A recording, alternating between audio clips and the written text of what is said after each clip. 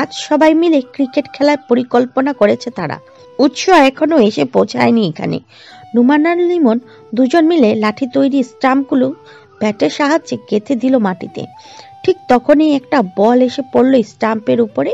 মাঝের স্টাম্পটা উল্টে পড়লো সাথে সাথে। লিমন আর নুমানের মেজাজ বিগড়ালো। পিছন ফিরে তাকাতেই দেখলো বাদল আর তার দলবল দাঁড়িয়ে আছে। বাদল উষ্ঠ বাঁকিয়ে হাসলো, কিছুটা রসি রসি বলল, খেলতে এসেছিলি, কিন্তু আমি তো খেলা শুরু হওয়ার আগেই তোদের আউট করে দিলাম। সবাই শুনলো বাদলের কথা, কিন্তু কেউ কোনো জবাব দিল না। উৎসের অনুপস্থিতির সুযোগ নিয়ে বাদল যে এখানে এসেছেই তাদের সাথে একটা ঝামেলা করতে, তা তারা সবাই ইতিমধ্যে বুঝে নিয়েছে। লিমন আর নুমান বাদলের দিক থেকে দৃষ্টি সরালো। কপালে ভাঁজ ফেলে মাঝের স্টাম্পটা তুলে গাঁথা শুরু করলো। মাটিতে গাঁথা সম্পূর্ণ হতে না হতেই আবারও একটা বল এসে পড়লো স্টাম্পের উপরে। আবারও উল্টে গেল এটা। সাথে সাথে আবার ভেসে এলো বাদলের কণ্ঠস্বর। বেশ গর্বের সাথে সে বলল, আবারও আউট। লিমনের মেজাজ বিগড়ালো। পেছন ঘুরে সে তাকালো বাদলের দিকে, দাঁতের দাঁত চেপে বলল, কি সমস্যা তোর? এখানে এসে এমন আঁকা রসিকার সারা বলদগিরি করছিস কেন? বাদল ফুঁসে উঠল, চড়া গলায় বলল, কি বললি? আমি বলদগিরি করছি? তা নয়তো আর কি? লিমনের কথার মাঝেই রাজু বলল, ও তো তাও বলদগিরি বলেছে, কিন্তু তুই তো করেছিস প্রতিবন্ধীগিরি, একদমই বুদ্ধি প্রতিবন্ধীগিরি, প্রতিবন্ধী একটা। বাদল খেপে গেল। আরো এগিয়ে এসে মাটিতে পড়ে থাকা তার বলটা ছুঁড়ে মারল রাজুর দিকে। ক্রুদ্ধ স্বরেই বলল, আমি প্রতিবন্ধী? প্রতিবন্ধী হলি তোরা। সারাদিন থাকিস তো ওই প্রতিবন্ধী উৎসের সাথে, তাহলে ভালো আর হবি কিভাবে? নুমান ফুঁসে উঠল, বাদলের দিকে তেড়ে গিয়ে বলল, এতক্ষণ যা করার করেছিস, উৎসবের সম্পর্কে একটা বাজে কথা বলবি না, তাহলে কিন্তু খুব খারাপ হবে। কি করবি কি তোরা? তোদের দম আমার জানা আছে। ওই প্রতিবন্ধী উৎস ছাড়া তোরা ফুটো খোল ছাড়া আর কিছুই না। লিমন দাঁতে দাঁত চাপলো, ছেড়ে এসে চেপে ধরলো বাদলের কলার। কটমট করেই বলল, তুই আবার উৎস ভাইকে প্রতিবন্ধী বললি? তোকে তো আমি। বাদলও ফুঁসে উঠল, দুই হাত বাড়িয়ে চেপে ধরলো লিমনের কলার। উচ্চ স্বরেই বলল, কি করবি কি? তোরা যে বাল করতে পারবি তা আমার জানা আছে। লিমনও ছাড়ার পাত্র নয়। সে আরো শক্ত করে ধরল বাদলের কলার। মুহূর্তেই দুজনের মধ্যে একটা ঝামেলা লেগে গেল। অবস্থা বেগতিক দেখে বাদলের দিক থেকে এগিয়ে এলো তার দলের ছেলেপেলেরা, আর লিমনের দিক থেকেও এগিয়ে এলো নুমানরা। তারা টেনে দুজনের থেকে ছাড়িয়ে নিল। তবুও কি থামানো যায় তাদের? বাদল তার দলের ছেলেদের উপেক্ষা করে তেড়ে আসতে চাইলে লিমনের দিকে, আর লিমনের অবস্থাও একই। সেও তেড়ে যেতে চাইছে বাদলের দিকে। রীতিমতো হাত পা ছোড়াছুড়ি শুরু করে সে বলল, আমাকে স্যার আমাকে। ওকে আজ একটা উচিত শিক্ষা দিয়েই ছাড়বো, ওর সাহস বেশি বেড়ে গেছে। থামলো লিমন, দম নিয়ে ফের বলল, ওর এত বড় সাহস, ও কিনা আমাদের উৎস ভাইকে প্রতিবন্ধী বলে। ওর জিব্বা আমি টেনে ছিঁড়ে নেব। নুমানরা ছাড়লো না লিমনকে, কিন্তু এই বেটা তো থামাথামির কোনো নামই নিচ্ছে না। উল্টে নুমানরা ধরার পরে আরো বেশি তেজ দেখাচ্ছে, হাত পা ছোড়াছুড়ি করছে। মনে হচ্ছে যেন একটা দক্ষ চক্কর না বাঁধিয়ে শান্তি পাবে না এ।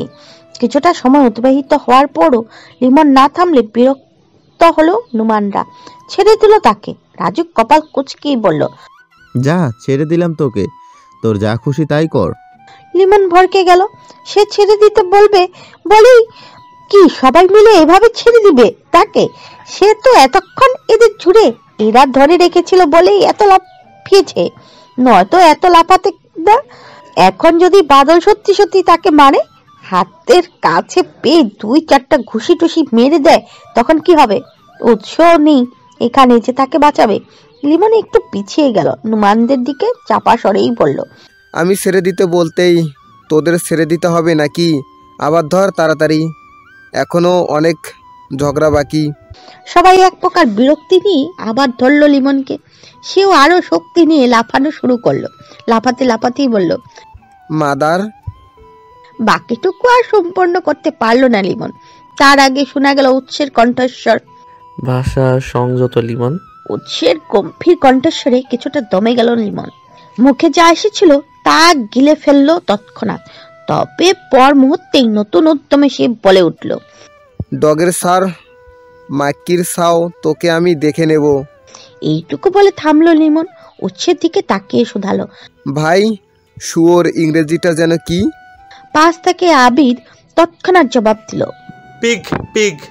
ও হ্যাঁ হ্যাঁ, তুই একটা পিগের সাও। তোর বাপ ফোরকান শিকদার, একটা সুদখোর পেট মোটা পিগ, আর তুই তার সাও। বাদল তার দলের ছেলেদের হাত ছাড়িয়ে আবারও তেড়ে এলো, রুক্ষ কণ্ঠেই বলল, কি বললি? আমার বাপ সুদখোর, পেট মোটা পিগ? তোর এত বড় সাহস আমার বাবাকে নিয়ে কথা বলিস? তোকে তো আমি। উৎস বিরক্ত হলো। সে না হয় আসতে একটু দেরি করে ফেলেছে, তাই এরা এমন বাচ্চাদের মতো ঝগড়া শুরু করে দিবে। উৎস কপালে ভাঁজ ফেললো, চড়া গলায় ধমকে বলল, থামবি তোরা নাকি এক একটাকে ধরে এবার আমাকে সিধে করে দিতে হবে? উৎসের ধমকে তৎক্ষণাৎ চুপসে গেল সবাই। বাদল এখানে এসে যতই লাফালাফি করুক না কেন, সে উৎসকে ভয় পায় বেশ। আবার গতকাল তার বাবাকে অপমান করার জন্য লোকটার উপর তার ক্ষোভও জন্মেছিল ব্যাপক। সে খুব ঝাঁটি আজ এখানে এসেছিল। সে উৎসের সামনে কিছু বলার তো সাহস নেই, তাই ভেবেছিল উৎসের অনুপস্থিতিতে তার দলের ছেলেদের সাথে একটা ঝামেলা পাকিয়ে তাদের উপর খুব ছাড়বে। কিন্তু তা তো উৎস চলে এলো। বাদল এলোমেলো দৃষ্টি ফেলে পিছিয়ে গেল কিঞ্চিত, তবে লিমন যেন সুযোগ পেল। সে নুমানদের থেকে নিজেকে ছাড়িয়ে এগিয়ে গেল উৎসের দিকে, অভিযোগ সুরে বলল, আমাদের এখানে কোনো দোষ নাই ভাই, আমরা শান্তিপূর্ণভাবেই মাঠে এসে খেলার প্রস্তুতি নিচ্ছিলাম। মাঝখান থেকে কোথা থেকে এই বর্ষা বাদল এসে ঝামেলা শুরু করলো। তারপর কত বড় সাহস এ আমাকে প্রতিবন্ধী বলেছে। উৎসের মুখাবয়বের পরিবর্তন ঘটল। শক্ত চোখ মুখ নিয়ে সে তাকালো বাদলদের দিকে, থমথমে কণ্ঠে প্রশ্ন করলো, লিমন যা বলছে তা সত্যি বাদল? তুই আমাকে প্রতিবন্ধী বলেছিস? বাদল সহ তার দলের ছেলেপেলেরা ঘাবড়ে গেল। বেচারাকে উৎসের সামনে একা রেখে আস্তে ধীরে তার পেছন থেকে একে একে কেটে পড়লো সবাই। আশেপাশে কাউকে না দেখে বাদল ঘাবড়ে গেল আরো, সাথে রাগও লাগলো ভীষণ। এরা এভাবে বিপদের সময় তাকে ফেলে রেখে পালিয়ে যেতে পারলো, তাতে দাঁত চাপলো সে, বিড়বিড়িয়ে বলল, সব সালা বেঈমান। পরপর আবারও শোনা গেল উৎসের রুক্ষ কণ্ঠস্বর। গুরু গম্ভীর কণ্ঠে সে ফের শুধালো, লিমন কি সত্যি বলছে বাদল? তুই আমাকে প্রতিবন্ধী বলেছিস? বাদল আমতা আমতা শুরু করলো, তুতলিয়ে জবাব দিল, নো ভাই, আমি কিছু বলিনি। লিমন চোখ বড় বড় করে ফেললো, কণ্ঠে বিস্ময় নিয়েই বলল, দিন দুপুরে কি ডাহা মিথ্যা কথা! তুই কোন মুখটা দিয়ে এত বড় মিথ্যা কথা বললি বাদল? সেই মুখটার উপর এই শীতের দিনে চড়া রোদ্দুরের মধ্যে ঠাড়া পড়ুক। কথাটা বলে লিমন ফিরে তাকালো উৎসের দিকে, নিজের কথার প্রমাণ দিতে সে বলল, শুধু আমি না ভাই, এখানে যারা যারা আছে সবাই শুনেছে এই বর্ষা বাদল ঠিক কি বলেছে। আপনি বাকি সবার কাছে জিজ্ঞেস করে দেখুন কে মিথ্যা বলেছে আর কে সত্যি। বাদল ভীত হলো, ধরা পড়ে যাওয়ার ভয়ে আটকে উঠল তার হৃদয়। এই উৎস কাউকে মানে না, তার মর্জি মতো চলে সর্বদা। তার অপছন্দনীয় কিছু ঘটলে সেখানে কুরুক্ষেত্র বাঁধিয়ে দিতে 2 মিনিট সময় নেয় না। সেখানে সে উৎসের প্রতিবন্ধী বলেছে। এখন না উৎস তার দলবল নিয়ে তাকে এখানে মেরে পুঁতে দেয়। বাদল এলোমেলো দৃষ্টি ফেললো, ভীতকণ্ঠে কোন রকম উচ্চারণ করলো, আমার একটু কাজ আছে ভাই, আমি আসছি। কথাটা বলে আর এক দ্বন্দ্ব দাঁড়ালো না সে, এক প্রকার পিছন করে দৌড় লাগালো মাঠ থেকে। উৎস তীক্ষ্ণ দৃষ্টিতে একবার তাকালো সেদিকে, অতঃপর থমথমে কণ্ঠে সবাইকে বলল, খেলা শুরু করার প্রস্তুতি নে। সময় গড়িয়ে চলেছে নিজের চাকায়। সে বসে থাকে না কারোর জন্য, নিজের আপন গতিতে সকল বাধা বিঘ্নকে পাশ কাটিয়ে বয়ে চলেছে। সময়ের এই গতিশীল ধারায় কেটে গেছে দিন 4। এই 4 দিনে উৎস এবং শতরূপার দেখা হয়নি একটা বারের জন্য। উৎস বার কয়েক গিয়েছিল মেয়েটির বাড়ির সামনে, পিছনের জঙ্গলের দিকে, কিন্তু দেখা পায়নি। নুমানকেও বলেছিল শতরূপার খোঁজ নিতে, কিন্তু সেও সঠিকভাবে কোনো তথ্যই জোগাড় করতে পারেনি। শুধু এইটুকু বলেছে মেয়েটি বাড়িতেই আছে। বাড়িতে থাকলে 4 দিন ধরে বের কেন হচ্ছে না? অসুস্থ টসুস্থ নাকি তার চাদর কিনে দেওয়ার ভয়ে ঘর থেকে বের হওয়া বন্ধ করে দিয়েছে।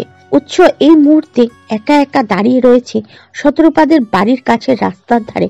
উদ্দেশ্য শান্ত এখান থেকে স্কুল যাওয়ার সময় তাকে ধরবে, জিজ্ঞেস করবে শতরূপার ব্যাপারে। উৎসের অপেক্ষার মধ্যেই দেখা গেল শান্ত আসছে, কাঁধে স্কুল ব্যাগ ঝুলি, লাফিয়ে লাফিয়ে হাঁটছে সে। উৎস দূর থেকেই হাত ইশারা করলো তার দিকে, গলা উঁচিয়ে ডাকলো, এদিকে এসো শান্ত। উৎসকে দেখেই শান্তের অস্থি হাসি ফুটে উঠলো। দৌড়ে গেল সে উৎসের কাছে, উৎফুল্ল হয়েই বলল, আরে উৎস ভাই, আপনি এখানে? উৎস অধর এলিয়ে হাসলো, পকেট থেকে একটা ললিপপ বের করে শান্তর দিকে এগিয়ে বলল, কেমন আছো?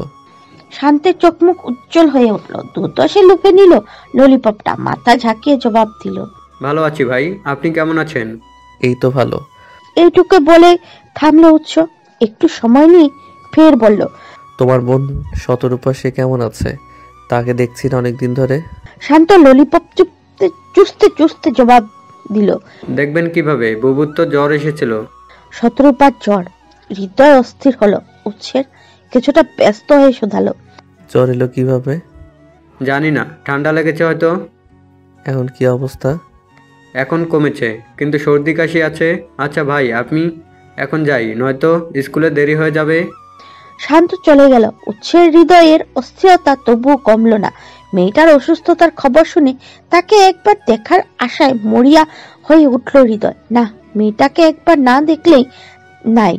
আর তাছাড়া ওই হাইওয়ের ধারের জমিটা নিয়েও নজরুল আহমেদের সাথে কথা বলতে হবে। সেই দিন একবার কথা বলে এসেছিল, তারপর আর কথা বলা হয়নি। কিন্তু ওই জমিটা এখন জরুরি ভিত্তিতে তার প্রয়োজন, নয়তো কারখানা হবে না। যাক, আজ বিকেলে শতরূপাদের বাড়িতে যাবে সে, একসাথে মেয়েটিকেও দেখে আসবে, আর নজরুল আহমেদের সাথেও জমিয়া সংক্রান্ত কথা সেরে আসবে। সন্ধ্যা গড়িয়েছে, সূর্যটা তার ঔজ্জ্বল্য হারিয়ে ডুবে গেছে অনেক আগেই।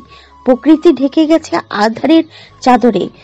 উৎস নুমানকে নিয়ে এই সময়ে প্রবেশ করলো শতরূপাদের বাড়িতে। যদিও তার এখানে বিকেলেই আসার কথা ছিল, কিন্তু নজরুল আহমেদ তখন বাড়িতে না থাকায় আসেনি। খোঁজ নিয়ে যখন দেখলো তিনি বাড়িতে ফিরেছেন, তখনই এলো। উৎস হেঁটে নজরুল আহমেদের কক্ষের দিকে যাওয়ার সময় তাকালো শতরূপার কক্ষের দিকে। আজ আর এই কক্ষের দরজাটা খোলা নেই, আটকে রাখা হয়েছে। মেজাজ চটলো তার। একে তো দিন 4 ধরে দেখা হচ্ছে না, বাড়ির বাইরে বের হচ্ছে না, এখন আবার দরজাটাও এঁটে রেখেছে। উৎস একবার তীক্ষ্ণ দৃষ্টিতে শতরূপার কক্ষের বন্ধ দরজার দিকে তাকিয়ে এগিয়ে গেল নজরুল আহমেদের কক্ষের দিকে। ভিতরে ঢুকতে ঢুকতে বলল, আসসালামু আলাইকুম নজরুল চাচা, কেমন আছেন? নজরুল আহমেদ কেবলই বাড়িতে ফিরে নিজের শার্ট প্যান্ট বদলে লুঙ্গি আর ফতুয়া গায়ে জড়িয়ে বসেছিলেন। আজ সারাদিন ব্যবসার কাজে এখানে ওখানে দৌড়াদৌড়ি করতে করতেই সময় গিয়েছে তার। ছোটখাটো একটা চালের ব্যবসা রয়েছে নজরুল আহমেদের। গ্রামে ধান বা চালের মৌসুমে অল্প দামে কিনে রাখেন, তারপরে অমৌসুমে দাম বাড়লে তা বাজারে বিক্রি করেন।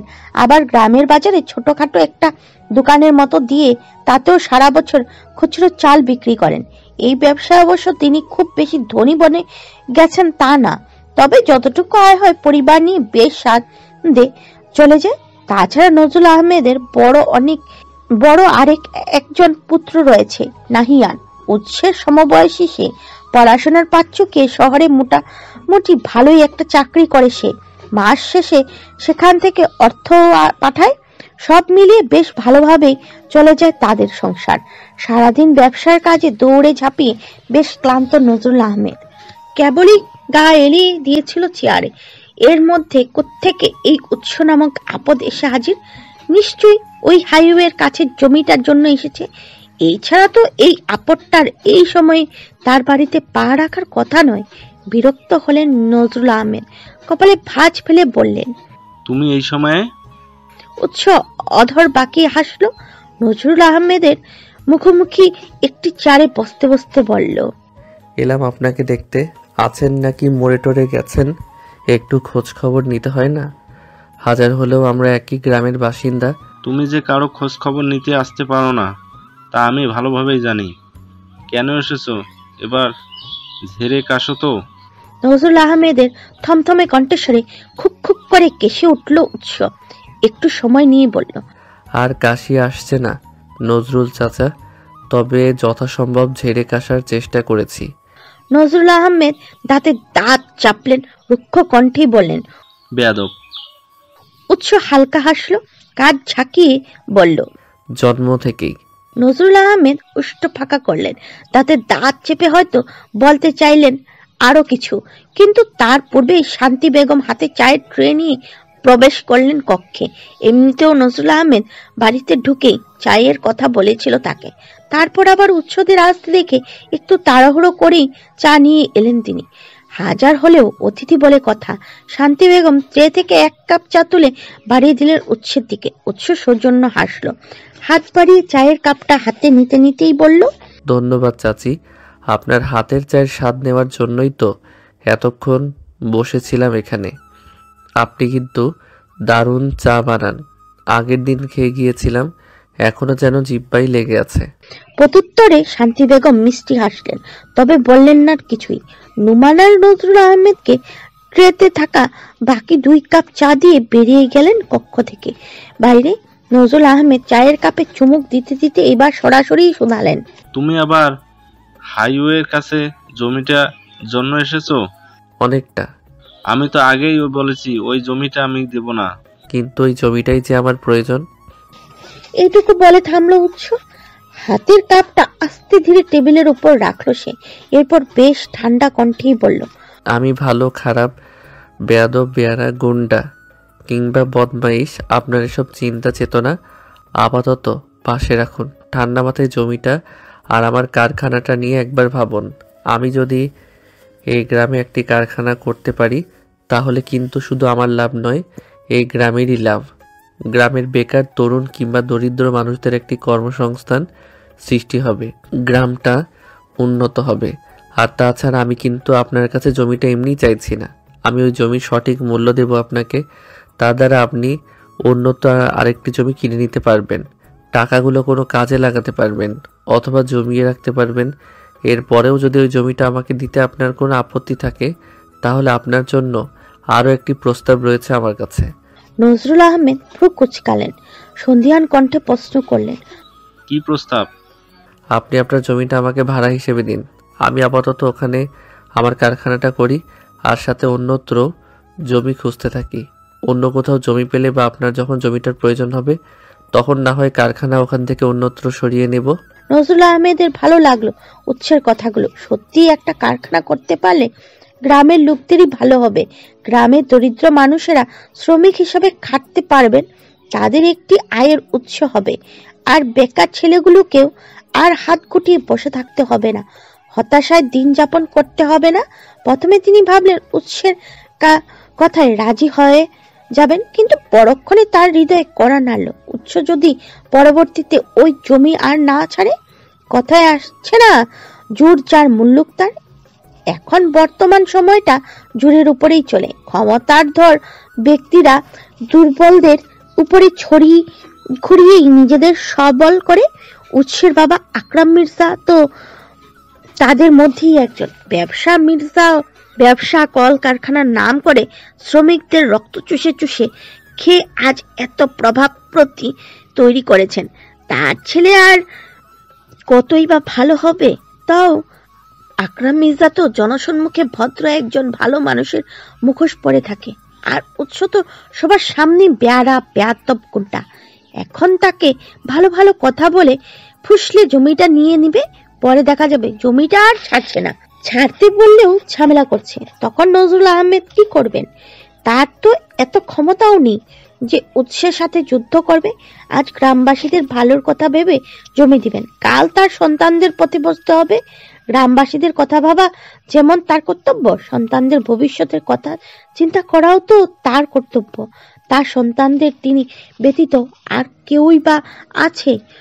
আর তাছাড়া উৎস যে গ্রামবাসীদের ভালো করবে তারও তো কোনো নিশ্চয়তা নেই।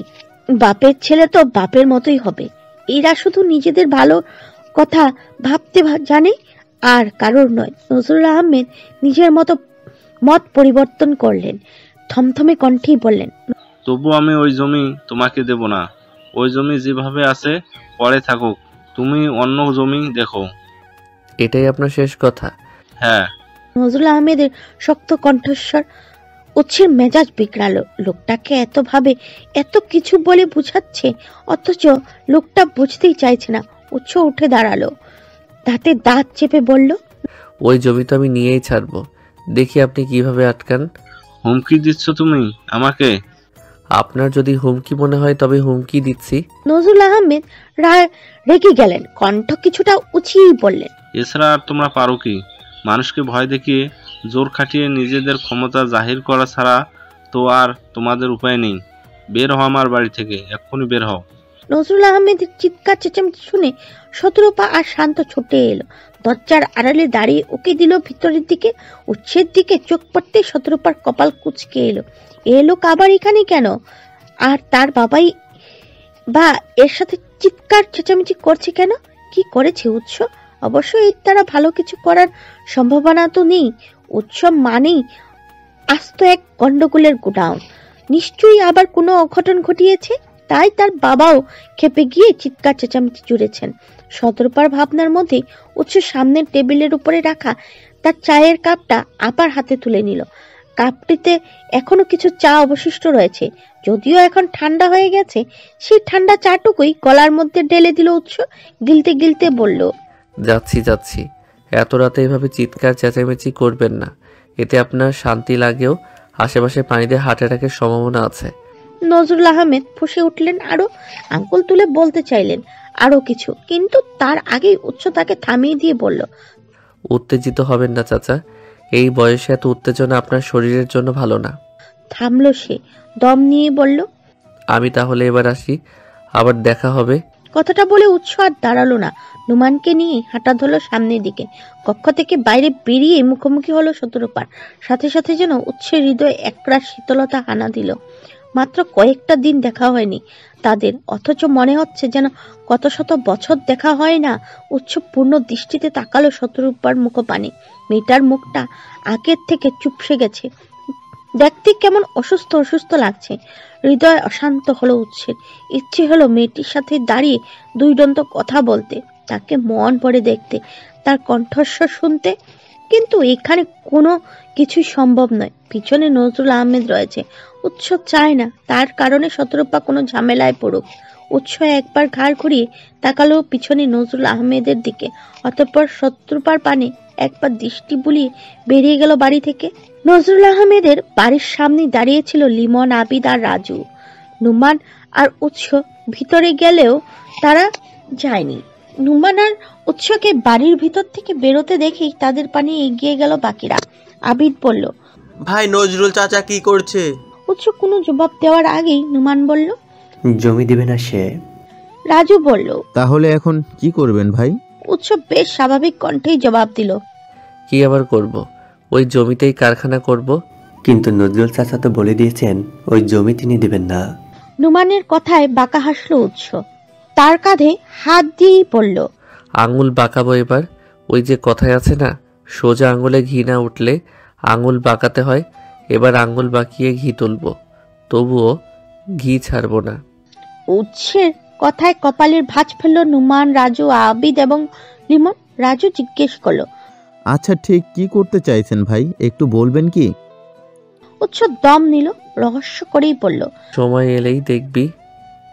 যাই হোক, আগামীকাল সকালের দিকে বাদলকে আমার সাথে একটু দেখা করতে বলিস তো।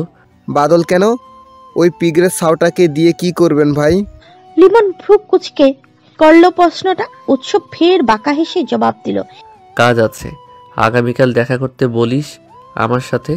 এইটুকু বলে থামলো উৎস, এদিক ওদিক তাকিয়েই বলল, এখন তাহলে তোরা চলে যা, আমার কাজ আছে একটু। নুমানরা আর কোনো প্রশ্ন করলো না। উৎসের আদেশ পেয়ে সবাই এক এক করে কেটে পড়লো ওই স্থান থেকে। সবাই চলে যেতেই উৎস পা চালিয়ে এসে দাঁড়ালো শতরূপার কক্ষের দিকে, প্রাচীরের নিকট। আশেপাশে একবার সজাগ দৃষ্টি বুলিয়ে এক লাফে প্রাচীরটা টপকে এলো পাশে। পুরনো আমলের প্রাচীর হওয়ায় নিচের দিক থেকে মাটির ভিতরে গেঁথে খুঁটো হয়ে গেছে অনেকটাই, যার দরুন উৎসের প্রাচীরটা টপকাতে খুব একটা কষ্ট হয়নি, আর তেমন কোনো শব্দও হয়নি। তবু উৎস বেশ সাবধানতা অবলম্বন করে এসে দাঁড়ালো শতরূপার কক্ষের জানালার পাশে। তাকালো ভিতরের দিকে, কাউকে দেখা যাচ্ছে না কক্ষে, হয়তো এখনো ফিরেনি মেয়েটা।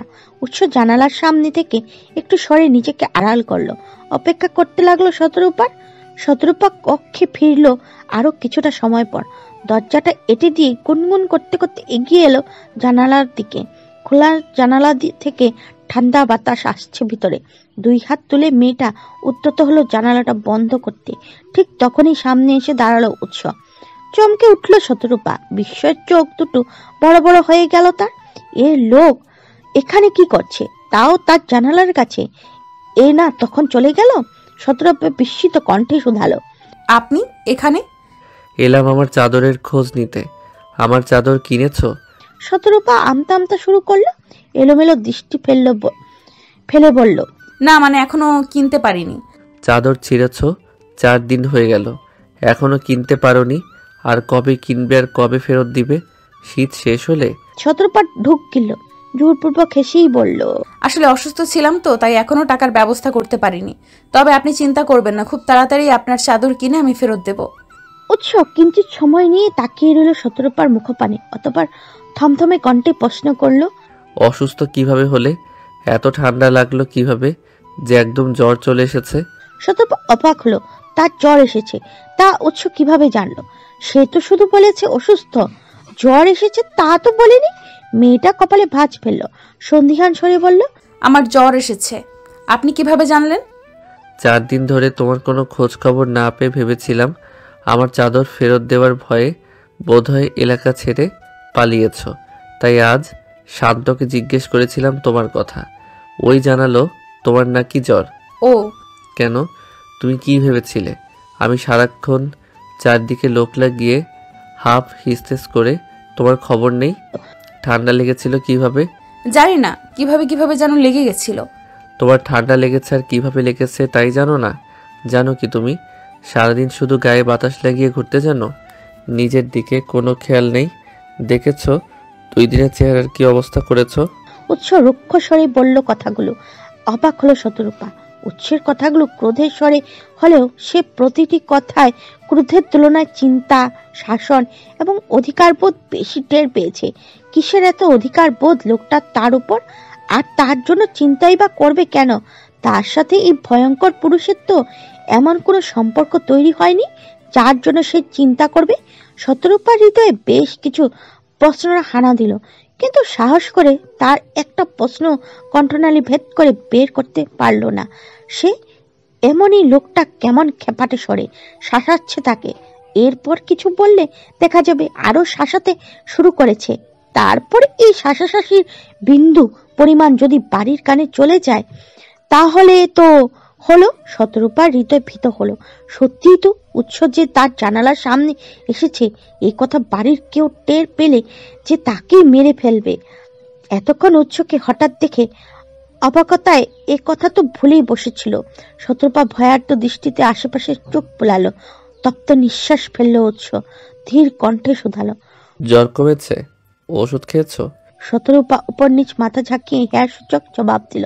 আমতা আমতা করেই বলল, আমি যত তাড়াতাড়ি সম্ভব আপনার চাদর কিনে ফেরত দিয়ে আসব। আপনি দয়া করে এখন এখান থেকে যান, কেউ দেখে ফেললে আমাকে বিপদে পড়তে হবে। শতরূপা তিরুক্তি করলো না।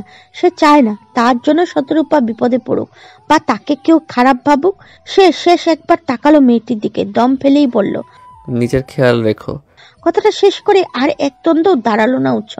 যেভাবে এসেছিল সেভাবেই সবার নজর এড়িয়ে প্রাচীর টপকে বেরিয়ে গেল বাইরে।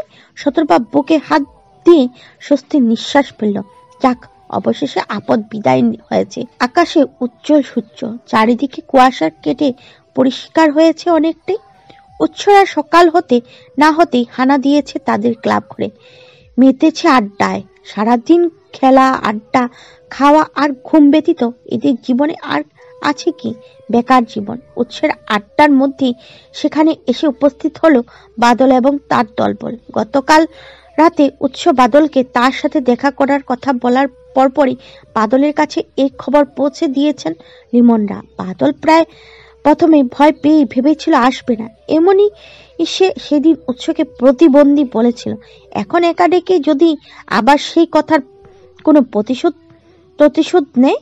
কিন্তু পরে আবার ফোরকন সিকদারের নির্বাচনের কথা ভেবে এখানে এসেছে। নির্বাচনে বাবার বিজয়ের কথা চিন্তা করলে ভয় পেলে চলবে না। বাদলকে দেখে উৎস প্রসারিত করলো, উঠে এসে দাঁড়ালো তার মুখোমুখি। বেশ স্বাভাবিক কণ্ঠেই বলল, এত দেরি করলি কেন? তোর জন্যই তো অপেক্ষা করছিলাম। বাদল অবাক হলো, কিছুটা চকিতে কণ্ঠ বলল, আমার জন্য অপেক্ষা করছিলেন? হ্যাঁ রে। কথাটা বলে থামলো উৎস, কপালে ভাঁজ ফেলেই বলল, বুঝেছিস, অনেক ভেবে দেখলাম তোদের সাথে শত্রুতা করে আমার কোনো লাভ নেই, বরং তোদের সঙ্গ দিলে আমার লাভ হবে। তাই সিদ্ধান্ত নিয়েছি এই নির্বাচনে আমি তোদের ফোরকা চাচার সঙ্গেই থাকবো। বাদল খুশি হলো, যাক অবশেষে লোকটা রাজি হয়েছে তাদের সঙ্গ দিতে। এবার আর তাদের বিজয় আটকায় কে? উৎস যে দলে, সেই দলেরই তো বিজয় নিশ্চিত। বাদল গদগদ হয়েই বলল, যাক ভাই, অবশেষে আপনি আমাদের দলে এসেছেন। আমাদের চেয়ে কি আনন্দ হচ্ছে। শুধু আনন্দ করলে তো হবে না, আমার কথা অনুযায়ী চলতে হবে। আর শোনার একটা কথা। কি? উৎস বাদলের কাঁধে হাত দিল, আশেপাশে সবার পানে একবার দৃষ্টি বুলিয়েই বলল, এই যে আমি তোদের পক্ষে এই কথা আপাতত কাউকে জানাবি না, একদম গোপন রাখবি সবাই। বাদল কপাল কুঁচকে প্রশ্ন করল, তা কেন ভাই? বারে তোরা যেমন চাইছিস আমি তোদের দলে থাকি, তেমন সবাই তো চাইবে আমি তাদের দলে থাকি। এখন সবাই যদি প্রথম থেকে জেনে যায় আমি তোদের দলে আছি, তাহলে তারা বিভিন্ন কৌশল অবলম্বন শুরু করবে আমাকে তাদের দলে ভেড়ানোর জন্য। তারপর আরেক ঝামেলা। বাদল বিজ্ঞান নিয়ে মাথা নাড়ালো, উৎসের কথায় সায় জানিয়ে বলল, ঠিক বলেছেন ভাই, আপনি গোপনে থাকুন আর প্রকাশ্যে থাকুন, আমাদের সাথে থাকলেই হলো। আমরা আপনার ব্যাপারে কাউকে কিছু বলবো না। কথাগুলো বলে বাদল পরপর তাকালো পিছনের দিকে, তার সাথে আসা ছেলে পেলেদের দিকে, শাসিয়েই বলল, তোরাও কাউকে কিছু বলবি না। সকলে মাথা নাড়ালো একসাথে। উৎসফুৎস করে নিঃশ্বাস ফেললো, বাদলের কাঁধে দুটো চাপড় দিয়েই বলল, যাক ওসব কথা বাদ দে, এখন কাজের কথায় আসি। জি ভাই। জীবনে তো গ্রামের মানুষের কম খারাপ করলি না, এবার কিছু ভালো করার চেষ্টা কর। অন্তত পক্ষে লোক দেখানোর জন্য, সবার মনে জায়গা করে নেওয়ার জন্য ভালো ভালো কিছু কাজ কর, তবেই না গ্রামের মানুষ তোদের ভোট দিবে। কি কি করব ভাই? যেন এই প্রশ্নটারই অপেক্ষায় ছিল। অধর বাকি হেসে সে বলল, করতে হবে তো অনেক কিছুই, তবে সবার আগে তোদের একটা পাবলিক টয়লেট নির্মাণ করতে হবে, তাও এক রাতের মধ্যে, ইট দ্বারা পাকা পাবলিক টয়লেট। উৎসের মুখে হঠাৎ এমন কথা শুনে ভরকালো সবাই। নির্বাচনে জেতার জন্য শেষে কিনা পাবলিক টয়লেট নির্মাণ করতে হবে, তাও এক রাতের মধ্যে, পাকা পাবলিক টয়লেট। উৎসের মাথাটা গেছে নাকি? নুমান কিছুটা হতবাক হয়েই বলল, শেষ পর্যন্ত নির্বাচনে জেতার জন্য পাবলিক টয়লেট? উৎস এবার একটা চেয়ার টেনে বসলো, দম ফেলে বলল, জীবনে বাড়ি গাড়ি টাকা পয়সা প্রভাব প্রতিপত্তিরও আগে প্রয়োজন টয়লেট। পৃথিবীর সবকিছু উপেক্ষা করা যায়, কিন্তু প্রকৃতির ডাক উপেক্ষা করা সম্ভব নয়। তাতে তুমি যত বড় ব্যক্তি হও না কেন, আগে মানুষ ক্ষেত খামার গাছের আড়ালে জঙ্গলে কাজ সারত, কিন্তু এখন আমরা ধীরে ধীরে সভ্য হয়েছি, এখন আর যেখানে সেখানে যাওয়াও সম্ভব নয়। সেই জন্য আমাদের কি প্রয়োজন? অবশ্যই টয়লেট। থামলো উৎস, ফের বলল, আমাদের গ্রামের ভিতরের দিকে একটা পাবলিক টয়লেট থাকলেও গ্রামে ঢোকার মুখে কোনো পাবলিক টয়লেট নেই। গ্রামবাসীদের মধ্যে কেউ যদি বাহিরে কোনো কাজে যায় কিংবা ফিরতে ফিরতে রাত হয় আর তাদের প্রকৃতির ডাক পড়ে, তখন কষ্ট করে বাড়িতে ফিরে টয়লেটে যাওয়া ছাড়া উপায় থাকে না। এমন অবস্থায় ফোরকান চাচা যদি একটা পাবলিক টয়লেট নির্মাণ করে তবে সবাই উপকৃত হবে এবং তাকে বাহবা দিবে। দেখবি এই পাবলিক টয়লেটের বদলতে তাকে সবাই ভোটও দিবে। বাদলের পছন্দ হলো উৎসের যুক্তি। চোখমুখ উজ্জ্বল হয়ে উঠল তার। তবে পরক্ষণে আবার মুখটা চুপসে গেল বেচারার। চিন্তিত স্বরেই বলল, কিন্তু পাবলিক টয়লেটটা কোথায় নির্মাণ করব ভাই? কেন? হাইওয়ের ধারে নজরুল চাচার ওই জমিটার উপরে। উৎসের ছোট একটা কথা বিস্মিত হলো উপস্থিত সকলে। উৎস গত রাতে বলেছিল সোজা আঙ্গুলে ঘি না উঠলে আঙ্গুল বাঁকাতে হবে। আঙ্গুল বাঁকাবে ঠিক আছে, তাই বলে নজরুল আহমেদের জমির উপরে একদম পাবলিক টয়লেট তুলে দিবে? এতদিনে নুমান, রাজু, লিমন, আবিদ সকলেরই বোঝা হয়ে গেছে নজরুল আহমেদের মেয়ে শতরূপাকে উৎস পছন্দ করে। সেই হিসেবে নজরুল আহমেদকে উৎসর ভবিষ্যৎ শ্বশুর বলা চলে। শেষ পর্যন্ত শ্বশুরের জমির উপরে পাবলিক টয়লেট! ঠিক ঠিক করে হেসে উঠল লিমন। উৎসব চোখ গরম করে তাকালো তার দিকে, সাথে সাথে চুপ হয়ে গেল ছেলেটা। উৎসব ফের ঘাড় ঘুরিয়ে তাকালো বাদলের দিকে, স্বাভাবিক কণ্ঠে বলল, নজরুল চাচার ওই জমিটা তো খালি পড়ে আছে, উনি করছেন না কিছুই, শুধু শুধু জঙ্গল হয়ে যাচ্ছে। তার থেকে তোরা ওখানে একটা পাবলিক টয়লেট কর, মানুষের উপকার হোক। বাদল আমতা আমতা করলো, ইতস্তত করে বলল, কিন্তু নজরুল চাচা কি ওই জমিটা দিতে রাজি হবেন? রাজি হওয়া না হওয়া নিয়ে তোর দরকার কি? তুই তোর কাজ করে যাবি। শোন, ভালো কাজ করতে গেলে সবাই বাধা দেয়। তোরাও তো এত বছর কত মানুষের কত ভালো কাজে বাধা দিয়েছিস, কি দিসনি?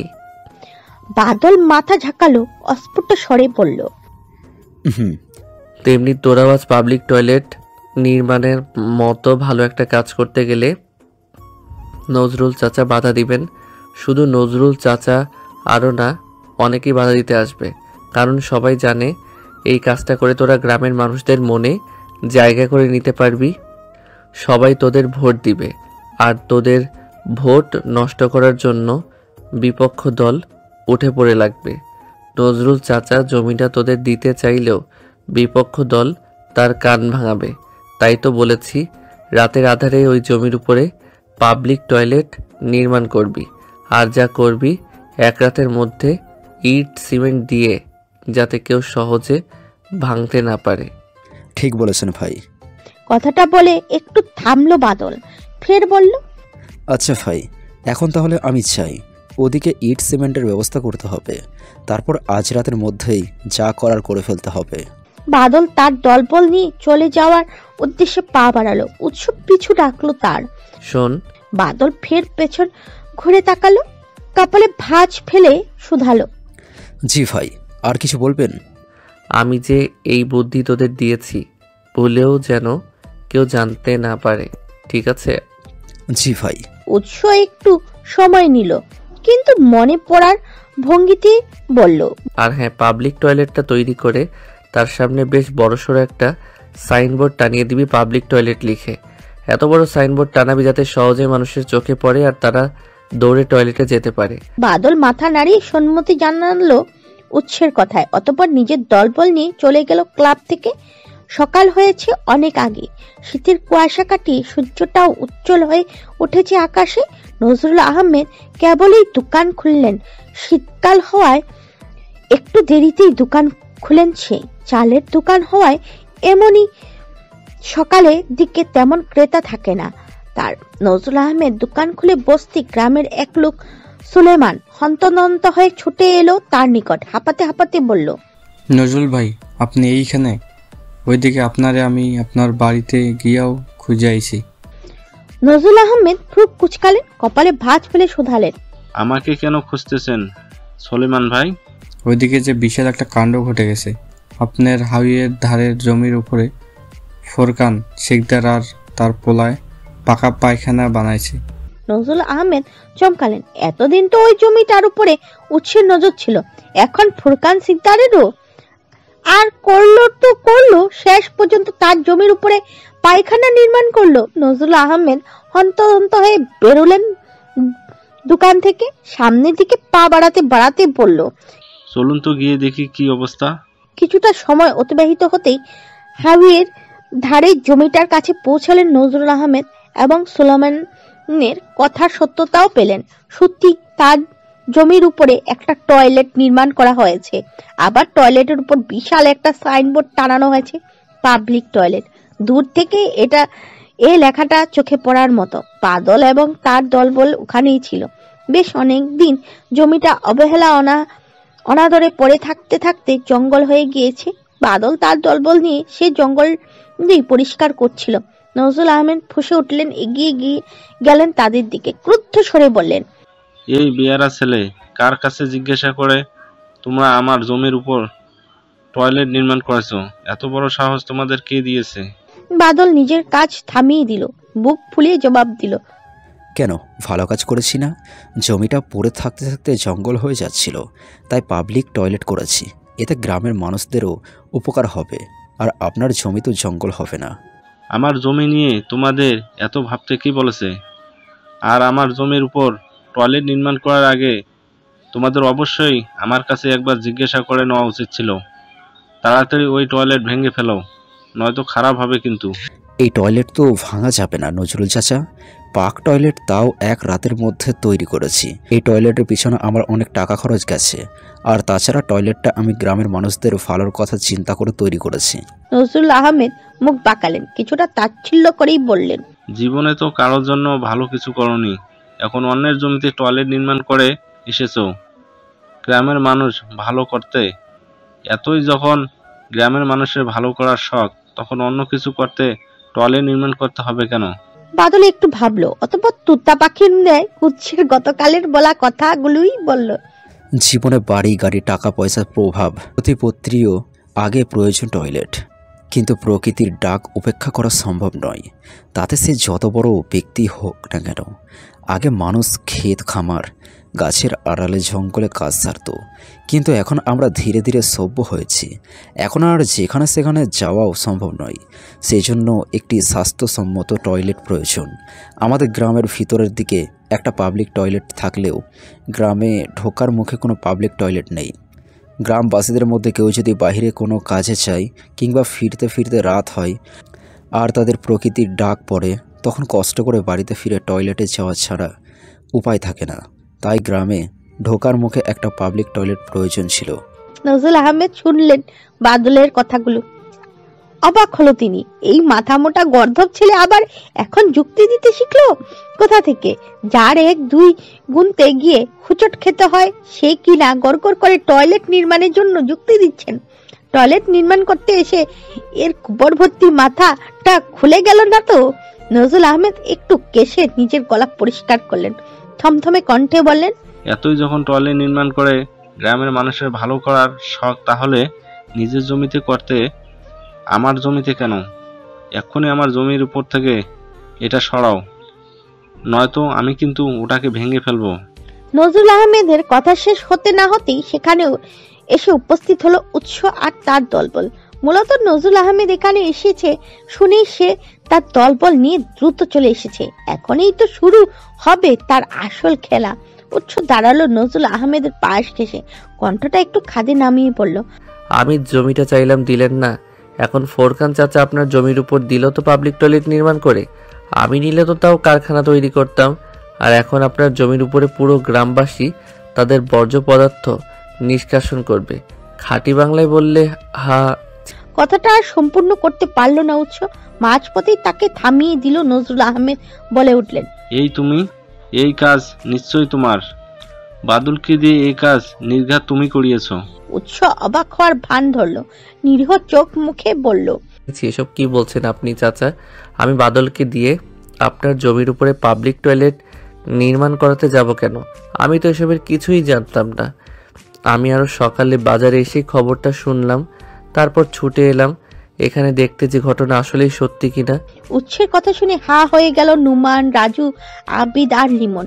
রাজু কোনোই দ্বারা নুমানের পেটে একটা খোঁচা দিল, ফিসফিসিয়ে বলল, এই তোর খাড়ার উপর ঠাডা পড়ার পর মিথ্যা কথা। নুমানও রাজুর ন্যায় ফিসফিসিয়ে জবাব দিল, এবারে মিথ্যা বলার নোবেলটা বোধ হয় উৎসবের দিকে ছুড়ে দিতে হবে। নুমানের কথা শেষ হতেই শোনা গেল আবারও নজরুল আহমেদের কণ্ঠস্বর। ফুঁসে উঠে তিনি বললেন, মিথ্যে বলছো তুমি? কি ভেবেছো আমি বুঝি না কিছুই? এই কাজ তোমার, তাছাড়া আর কেউ কারো নয়। উৎস তাকালো বাদলের দিকে, প্রশ্ন করলো, আমি এসবের কিছু জানি? তুই বল বাদল, আমি কি তোকে নজরুল চাচার জমির উপরে পাবলিক টয়লেট নির্মাণ করতে বলেছি? বাদল ডানে বামে মাথা ঝাঁকালো, পরিষ্কার কণ্ঠেই বলল, একদম না। গ্রামের মানুষদের উপকার আমি আর আমার বাবা করতে চেয়েছেন। এখানে উৎস ভাইয়ের কোনো দোষ নেই। উৎস উষ্ঠ প্রসারিত করে হাসলো, নজরুল আহমেদের দিকে তাকিয়ে বলল, বল, দেখেছেন আমি আর কিছুই জানতাম না। নজরুল আহমেদ তেতে গেলেন আরো, বাদলের দিকে আঙ্গুল তুলে শাসিয়ে বললেন, তোমার আর তোমার বাপের নামে আমি মামলা করব। আমার জমিতে পাবলিক টয়লেট তোলা না দেখে নেব আমি সবাইকে। কণ্ঠে তোলা কথার সমাপ্তি ঘটিয়ে নজরুল আহমেদ প্রস্থান করলেন। বাদল কিছুটা ভয় পেয়ে গেল।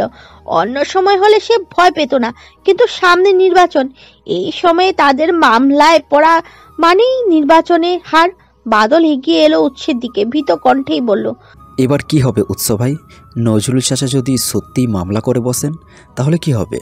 উৎস হাত রাখলো বাদলের কাঁধে, ভরসা দিয়ে বলল, আরে কিচ্ছু হবে না, আমি আছি তো নাকি? সূর্যটা ডুবে গেছে অনেক আগেই, চারদিকে আধারের চাদর ছড়িয়ে পড়েছে। গ্রামের শেষ প্রান্তে এক বিশাল মাঠ জুড়ে আজ মেলা বসেছে। শান্ত সেই সন্ধ্যা থেকে বাবার পিছু পিছু ঘুরছে মেলায় যাওয়ার উদ্দেশ্যে। নজরুল আহমেদের মন মেজাজ আজ এমনিতেই ভালো না। ফুরকান সিকদারের কাছ থেকে নিজের জমি কিভাবে উদ্ধার করবে সেই চিন্তায় চিন্তায় দিশেহারা, তার মধ্যে আবার এই ছেলের যন্ত্রণা।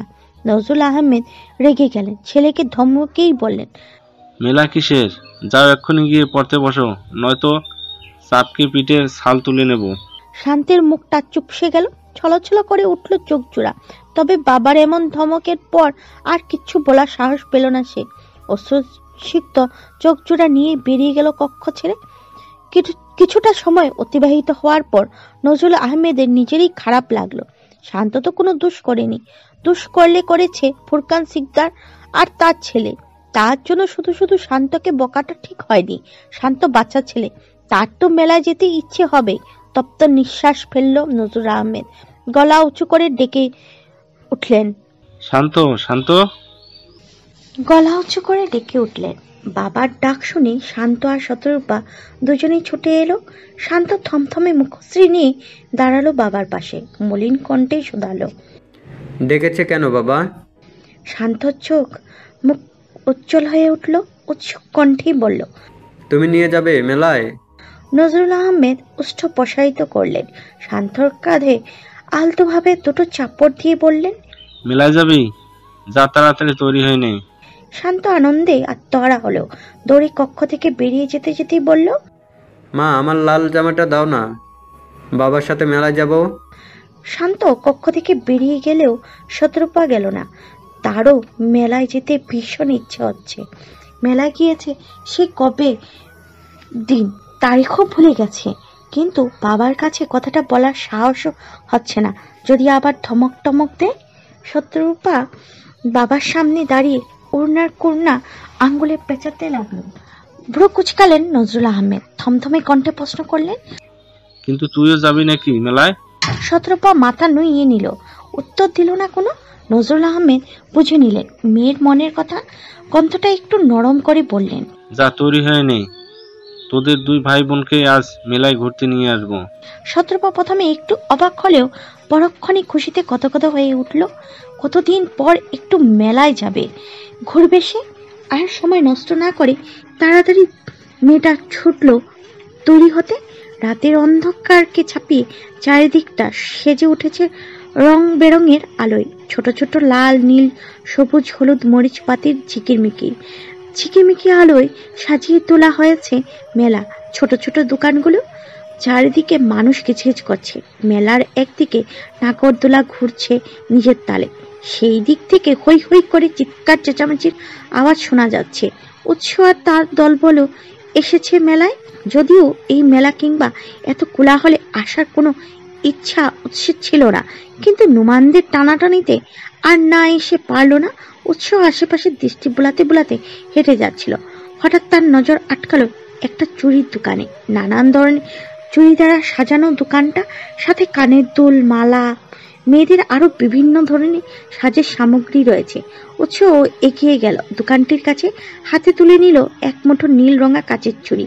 চুড়ি মুঠো একবার উল্টে পাল্টে দেখে দোকানিকে জিজ্ঞেস করলো, এটার দাম কত? উৎস কোনো তর্কাতর্কি করলো না, পকেট থেকে 50 টাকার একটা নোট বের করে এগিয়ে গেল দোকানিকে। এতপর চুড়ির মুঠো হাতে নিয়ে নাড়াতে নাড়াতে এগিয়ে চলল ভিড় ঠেলে। কিছুটা দূরে গিয়ে হঠাৎ পা জোড়া থেমে গেল উৎসের। ভিড়ের মধ্যে শতরূপাকে দেখলো, মনে হচ্ছে উৎসের কপালে ভাঁজ পড়ল।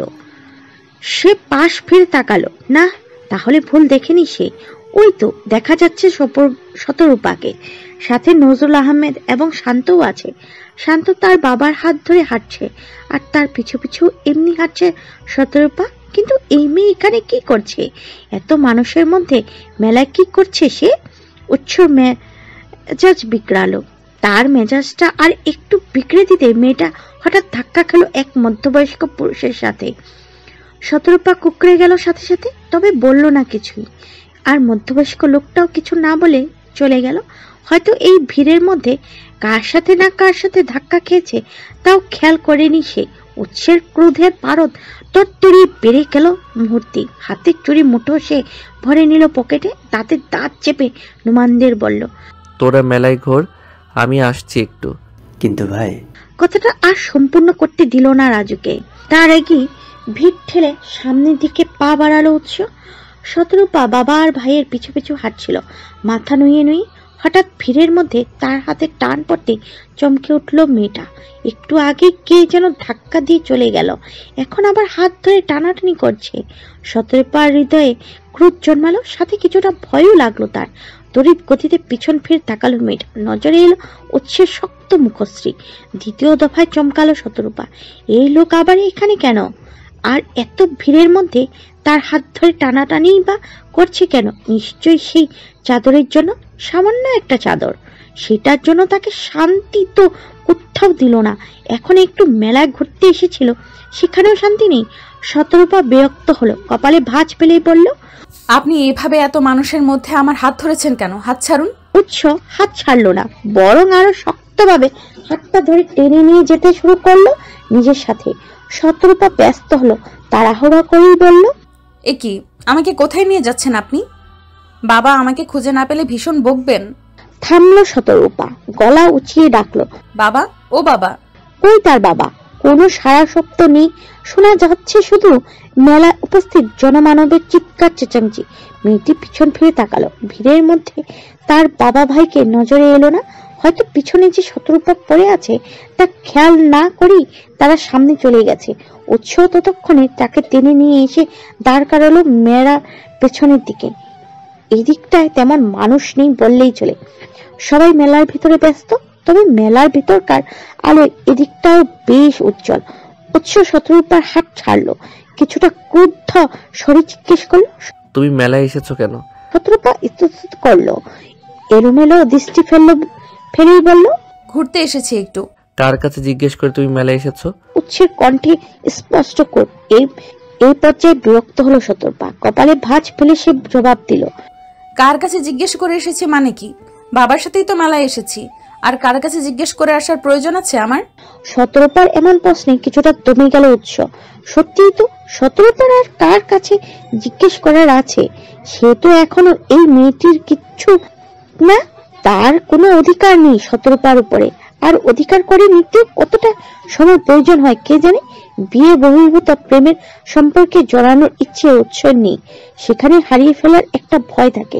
ভীষণভাবে ছুঁতে ইচ্ছে হলেও ছুঁয়ে দেওয়ার অধিকার থাকে না, কলঙ্কের ভয় থাকে। উৎস এই ভয় নিয়ে কোনো সম্পর্কে জড়াতে পারবে না। উৎসের শতরূপাকে চাই, আর সম্পূর্ণ রূপেই চাই। যদিও সে চাইলে এখনই বিয়ে করে নিতে পারে শতরূপাকে, কিন্তু এখন বিয়ে করলে তাকে আবার ওই আকরাম মির্জার উপরে নির্ভর হতে হবে।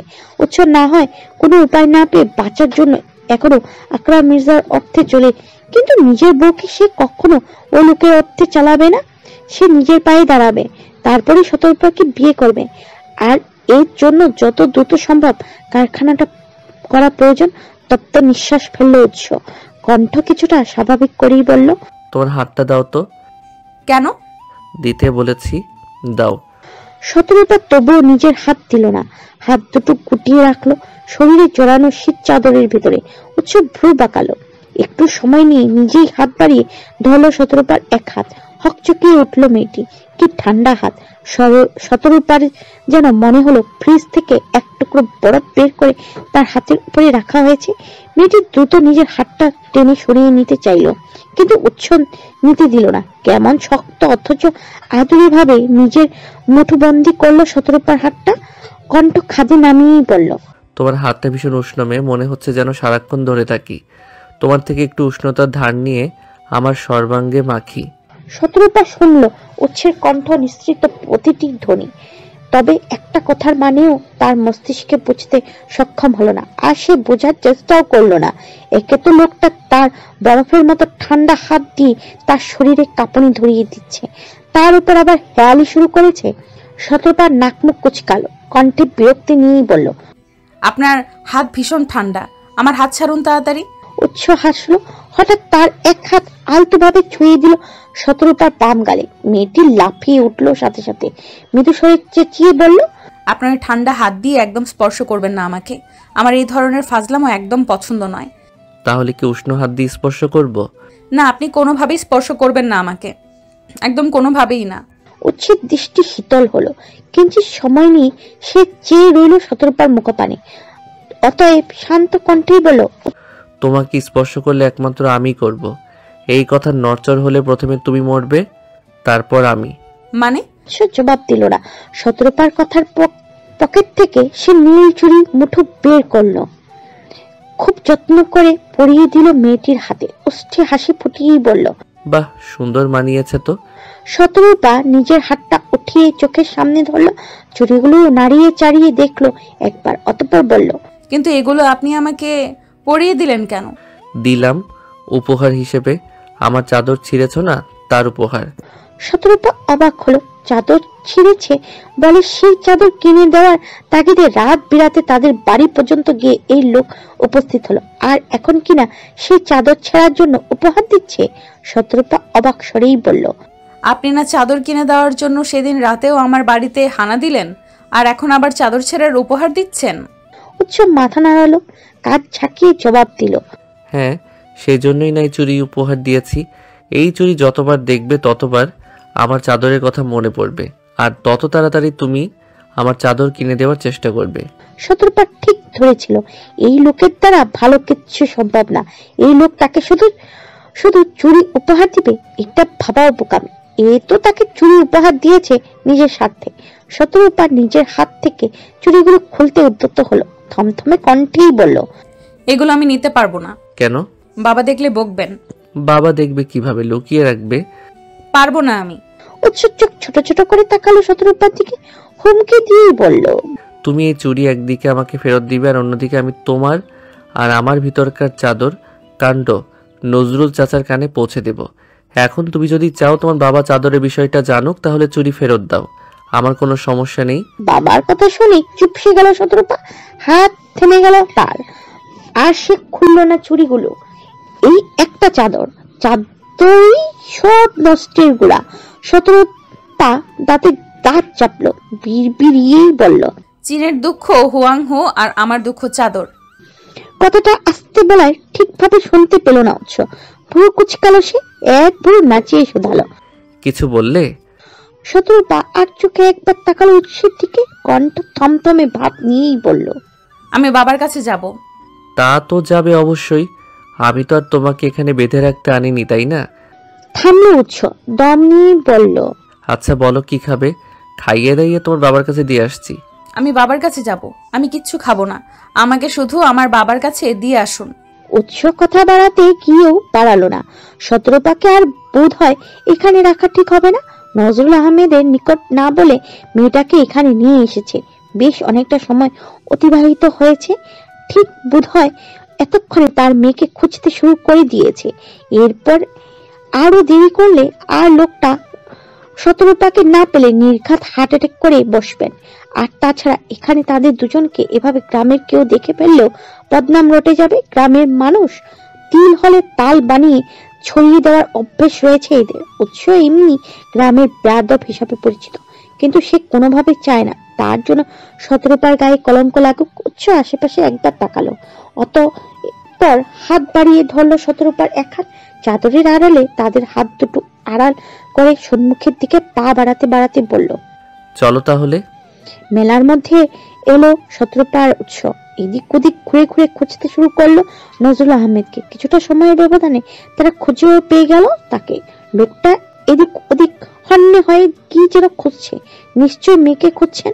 উৎস শতরূপার হাত ছেড়ে দিল, নজরুল আহমেদকে দেখিয়ে বলল, ওই তো তোমার বাবা, যাও তার কাছে যাও। শতরূপা দৌড়ে গেল বাবার কাছে, তার কাছাকাছি গিয়ে ডাকলো, বাবা বাবা। মেয়ের কণ্ঠ পেয়ে তড়িৎ গতিতে পিছন ফিরে তাকালেন নজরুল আহমেদ। এতক্ষণ পর মেয়েটাকে দেখে যেন প্রাণে প্রাণ ফিরে পেলেন তিনি। মেলায় হাঁটতে হাঁটতে হঠাৎ যখন পিছন ঘুরে আর মেয়েকে খুঁজে পেল না নজরুল আহমেদ, তখনই যেন তার প্রাণ পাখি যায় যায়। তখন থেকে শান্তর হাত ধরে হন্যে হয়ে এদিক ওদিক মেয়েকে খুঁজছেন তিনি। এইটুকু সময়ে কত শত খারাপ চিন্তা ভাবনা ভয় জেঁকে ধরেছিল তাকে। যাক, মেয়ে তার ফিরে এসেছে, স্বস্তির নিঃশ্বাস ফেললেন নজরুল আহমেদ। তবে পরক্ষণেই আবার মেয়ের প্রতি হৃদয় কোদ হানা দিল তার। মেয়েটা তাকে না বলে কোথায় গিয়েছিল? এই মেলায় এত ভিড়ের মধ্যে যদি কিছু হয়ে যেত, যদি কোনো খারাপ লোকের পাল্লায় পড়তো? নজরুল আহমেদ তেড়ে গেলেন শতরূপার দিকে, রুক্ষ স্বরেই বললেন, এখন মারবো একটা থাপ্পড়। না বলে কোথায় গিয়েছিলি তুই? শতরূপা কেঁপে উঠলো বাবার ধমকে। উত্তর দেওয়ার মতো কিচ্ছু পেল না সে। এমনি তো বাবা রেগে আছেন তার উপর, এরপর আবার যদি শুনে উৎস তাকে টেনে মেলার বাইরে নিয়ে গিয়েছিল, তাহলে তো আরো রেগে যাবেন। এলোমেলো দৃষ্টি ফেললো মেয়েটা, আমদা আমদা করে কোনো উত্তর দিবে তার পূর্বে উৎস এগিয়ে এলো তাদের দিকে। নজরুল আহমেদের মুখোমুখি দাঁড়িয়ে পড়ল, মেলায় ভিড়ের মধ্যে হারিয়ে গিয়েছিল আপনার মেয়ে, ভাগ্যিস আমি পেয়েছি, ফিরিয়ে দিয়ে গেলাম। কথাটা বলে এক পলক তাকালো সে শতরূপার পানে, ফিরিয়ে পড়ল, অন্য কেউ হলে ফিরিয়ে দিত কিনা সন্দেহ, যদিও আবার ফিরিয়ে দেওয়ার কোনো ইচ্ছা ছিল না, বাধ্য হয়ে ফিরিয়ে দিয়ে গেলাম। নজরুল আহমেদ শুনলেন না উৎসের শেষোক্ত কথাগুলো, তবে মেয়ের হারিয়ে যাওয়ার কথা শুনে কিছুটা দমে গেলেন তিনি। তিনি জানেন তার মেয়ে একটু নরম, আত্মকেন্দ্রিক স্বভাবের। এমন ভিড় কোলাহল পূর্ণ স্থানের সাথে মানিয়ে নিতে পারে না সহজে, নিজেকে সামলে সবার মধ্যে চলতে পারে না বাইরের কোলাহল পূর্ণ দুনিয়ায়। এটা অবশ্য তার জন্যই তিনি ছোটবেলা থেকে মেয়েকে অধিক শাসনে একাকী বড় করেছেন, মানুষের মধ্যে তেমন যেতে দেননি। তাই মেয়েটাও একটু লাজুক স্বভাবের হয়েছে। ফুস করে একটা নিঃশ্বাস ছাড়লেন নজরুল আহমেদ। উৎসের সাথে আর বাক্য বিনিময় না করে ধরলেন মেয়ের এক হাত, টেনে নিয়ে যেতে যেতে বললেন, বাড়িতে চল। শান্ত মন ক্ষুণ্ণ হলো। মেলায় এসে তো শতরূপাকে খুঁজতে খুঁজতে সময় গেল, না তার একটু ঘোরা হলো আর না কিছু খাওয়া হলো। এতে কেঁদে কেটে ধমক শুনে এই কেমন মেলা এলো সে। শান্ত বাবার হাত থেকে নিজের হাতটা ছাড়িয়ে নিতে চাইল, প্রতিবাদ করেই বলল, মেলায় এসে না ঘুরলাম না কিছু খেলাম, আমি মেলায় ঘুরবো, বাড়িতে যাব না।